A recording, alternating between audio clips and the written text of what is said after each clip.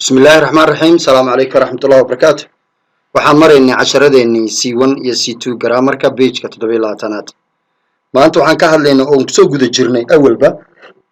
wax la yiraahdo interrogative pronoun waxaan kusoo guda jirnay wax la yiraahdo pronoun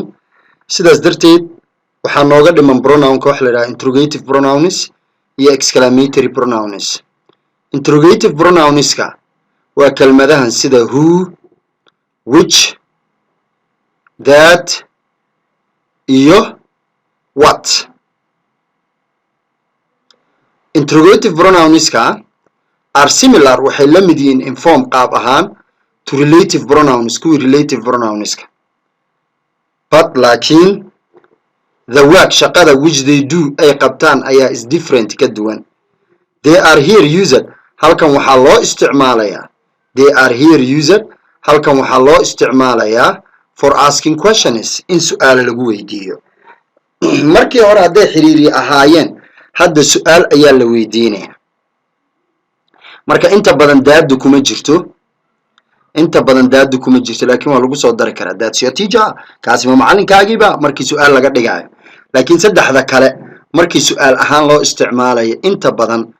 waxaa loo yaqaanaa interrogative pronouns tusaale who kuma gave you ku siiyey that knife mindidaas waa su'aal maadaama ay su'aal tahay who-daasi waa interrogative pronoun who is this book buuggan yaa leh who is this book iyadana waad u isticmaali kartaa buuggan yaa leh what is your name magacaa ask weydii what he wants waxa uu doonayo what's your name magacaa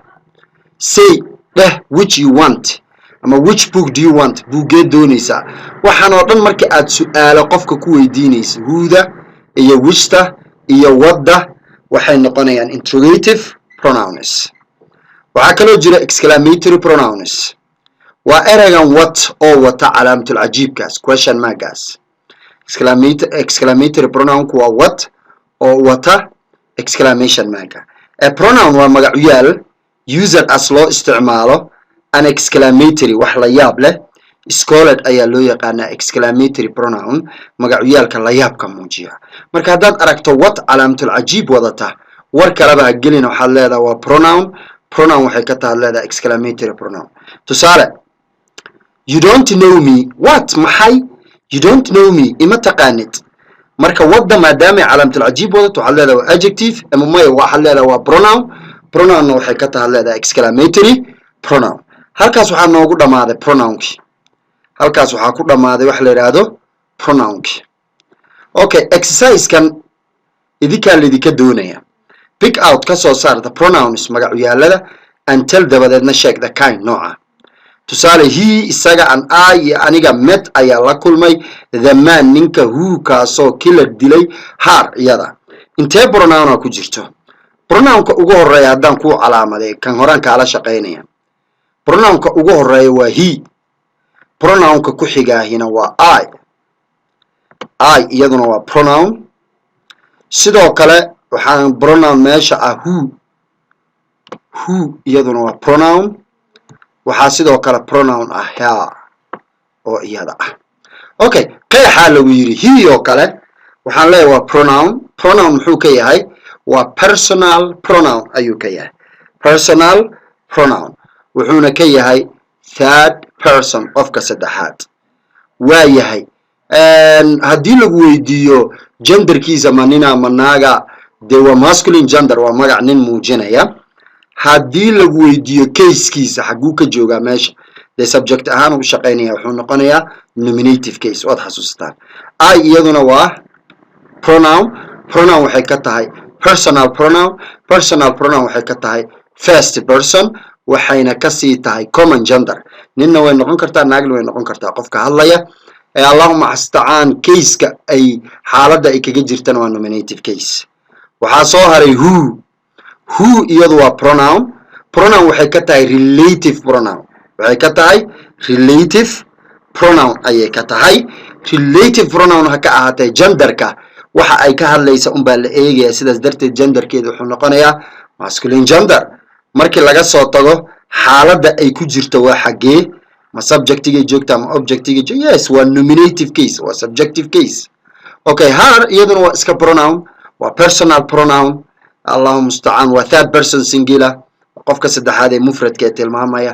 haye casekeedu waa maxay uu dhaho objectiga ka joogta qaabkaas aan rabaa inta kale inaad adiguna u soo saarto aan ka gudbo waxaan galayaa page-ka 28aad oo ah verbs ficilo a verb ficilku is a word waa eray that tells sheega or asserts cadeeya something wax about ku saabsan a person qofka or a thing ama shayga the verb ficilku is an action word waa eray fal muujiya and it is the most important word waana erayga ugu muhiimsan in the sentence jumlada markii laga hadlayo because jumlada hadaan ficil lahayn macna ma sameynayso a verb ficilku may tell us waxa laga yaabaa inuu noo sheego what a person waxa qof or think ama shay daas uu qabto sida Harry laughs Harry wuu qoslaa Harry muxuu sameeyaa hadii lagu dhaho laughs soo baxaysa laughs so is a verb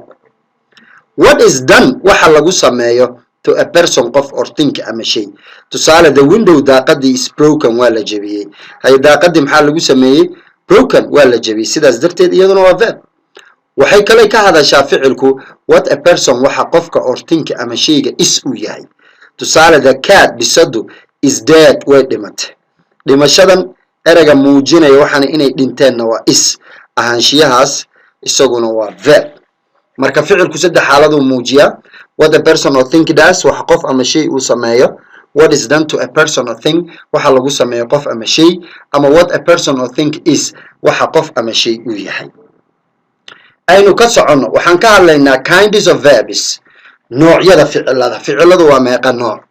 mid waxaan ku sheegnay transitive verb hore u soo baranay transitive verb waa maxay is a verb waa ficil that denotes qeexa an action ficil which passes over ka soo gudba the doer sameeyaha or subject ama fal sameeyaha to an objectigana u gudba tusaale the man ninku killed wuxuu dilay the woman haweeneydii ficilkii aaway waa killed okay ficil muxuu ka yahay hadii lagu dhaho verb waa transitive verb sidaad ku garatayna waa maxay waa ficil gudbayo objectiga ku dhacaya intransitive verb wax la yiraahdo ayaa jira waa maxay intransitive verbku is a verb waa ficil that denotes qeexa an action ficil which does not pass over an ka soo gudbin aanan u gudbin wa to an objectiga or amaba waxa weeyaan which expresses mid qeexaya a state xaalad or being ama ahaanshiyo tusaale he ran wuu cararay long distance masaafo dheer ayuu cararay okay he ran wuu cararay ficilkaas uma baahna inuu object u gudbo sidaas darteed waa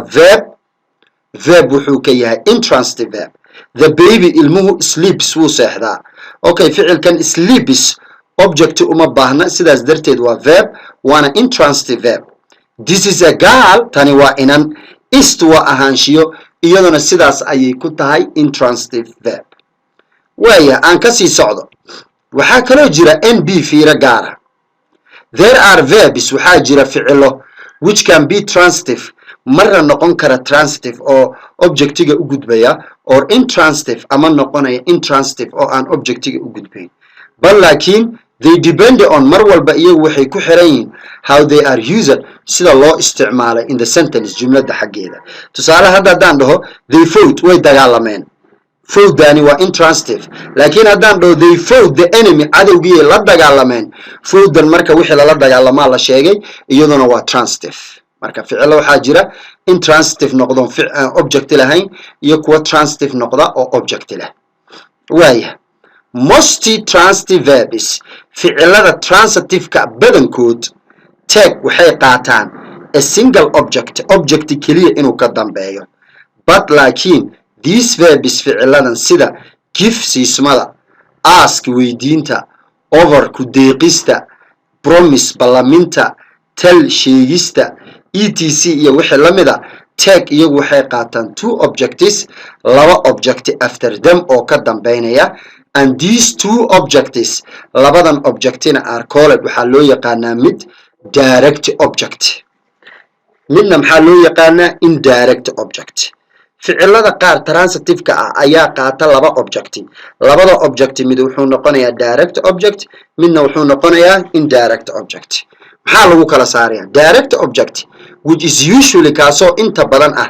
the name of something magac shay indirect objectigana which denotes waa midka qeexa the person qofka to whom kaasoo something wax is given la siiyey or for whom kaasoo something is done wax loo sameeyey marka labada objectiya inta badan ficilada qaarkood kadib maraahi mid waa direct object oo shay buu muujiyaa midna waa indirect object oo qof ayuu muujiyaa tusaalahan bal u fiirso his father aabihiis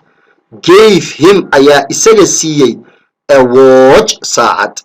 okay ficilkii gave maxaa ka dambeeya him oo objectiya sidoo kale maxaa ka dambeeya watch oo iyadana objectiya labadaas object marka kan qofka ah waxaan ku magacaabaynaa indirect object kan shayga ahna waxaan ku magacaabaynaa direct object muhiim ma ahan midka horeynaya hadda waxaan soo hormarinayaa tusaalaha labaad direct objectigan soo hormarinaya indirectigan gadaal geynaya u fiirso his father aabihiis gave ayaa siiyey a watch saacad yuu siiyey to him isaga ayuu siiyey tookadan shaygii aawe waa a watch waa direct object qofkiina aawe waa him waa indirect object marka laba habaa loo samayn karaa ficilada labada object leh marba midka aad doonto ayaad soo hormarsan kartaa marka haddaad aragto ficilo laba object leh midna wuxuu noqdaa direct object waa kan shayga tilmaamaya midna wuxuu noqdaa indirect object oo waa midka qofka tilmaamaya waaya verbiska waxaa kaloo jira kuwa la yiraahdo auxiliary verbs ama auxiliaries falkaabayaal the verbs waa ficilada inta badan aynu ku kaabno tanisyada sida is are was were have has had will shall mujada waa kuwii aynu tanisyada u isticmaalaynay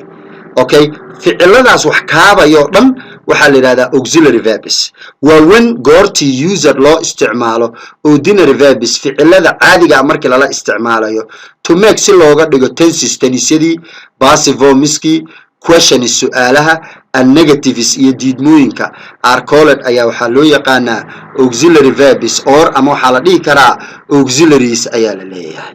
waaya tusaale she is iyadu cooking waxay karinaysaa food cunto okay istaas oo kale hadda ficilkan ay kaabaysaa cooking tennis ayayna muujinaysaa waa auxiliary verb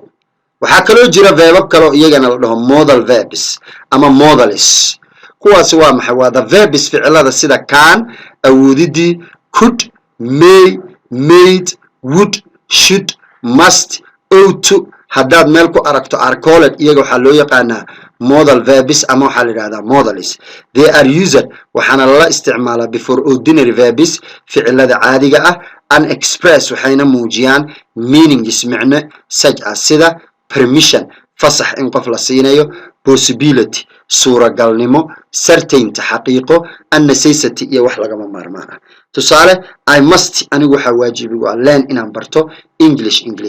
mustidaas oo kale waxa waaye waxay ta'kiidinaysaa ficilkan learn sidaas darteed waa verbna waxay ka tahay wax la yiraahdo modal verb ayay ka tahay ama modalis waxaan filayaa in la fahmay darsiga waa macallin Salaaban Xasan Diiri oo idin leh inta aynu darsigan lamida ku kulmi doono assalaamu calaykum ورحمة الله وبركاته.